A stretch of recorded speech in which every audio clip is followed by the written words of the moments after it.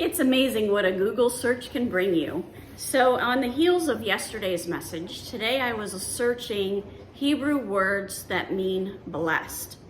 And one of the words I found was very interesting. It is called Osher, and it literally means happiness.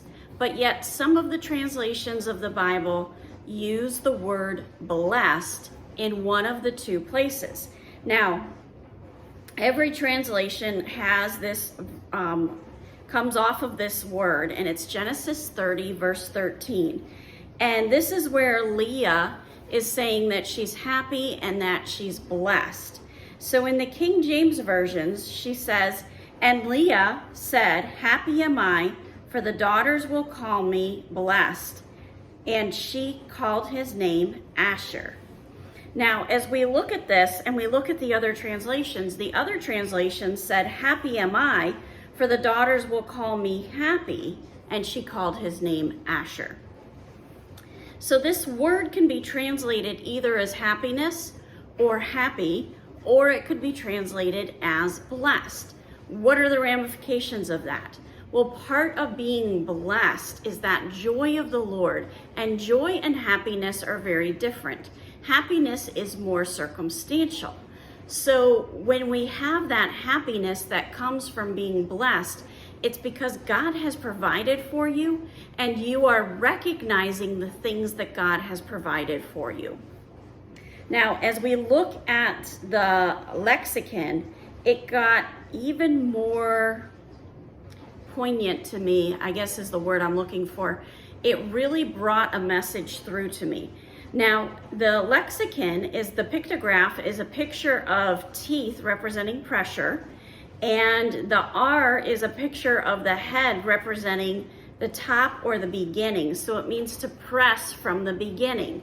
So this blessing, this happiness comes from being pressed and strengthened.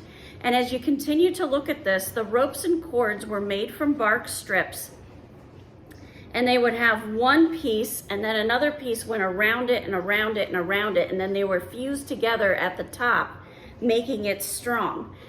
What really jumped out at me though is these cords were made either out of leather or out of tree bark, and they were used for something very significant: armor. They would use these cords they would make a cord and then they would braid the cords, and it made an armor that made it difficult for the arrows to get through, difficult for the swords to get through, and it can also be part of that breastplate of righteousness. Now, that righteousness, what does it mean to be righteous? Well, we can try to earn righteousness on our own by living a good life and never sinning, but the bottom line is we all fall short. When we look at the New Testament, we have the righteousness of Jesus Christ. And that means that when God looks at us, he sees that righteousness of Jesus Christ. Now, another part of the pictograph can mean walking in a straight line, walking straight towards that deeper relationship with Christ. Part of that blessing is the relationship with Jesus Christ. And if you're not engaging in it, you're not spending time in the Word, you're not spending time praying, you're missing out on a huge part of that blessing. It's like what would be a good analogy?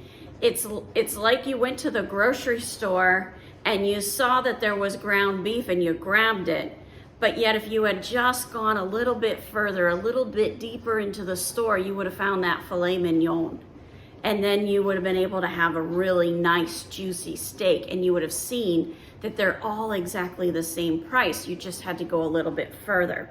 It can the pictograph can also mean a remnant. That's those people that are set aside because they followed Christ and they stayed true to their faith, and they continued to walk that straight line. How? With that spiritual armor from Ephesians 6 covering them. So as you go into your prayer closet today, recognize the fact that hearing from God is not just for people who have gone to seminary. It's not just for every other person except you. It is for you. If you are a follower of Jesus Christ, you put your faith and trust in Jesus Christ, hearing from God is for you. But it means you're going to have to get into that habit, and you're going to have to take that time to sit back and listen.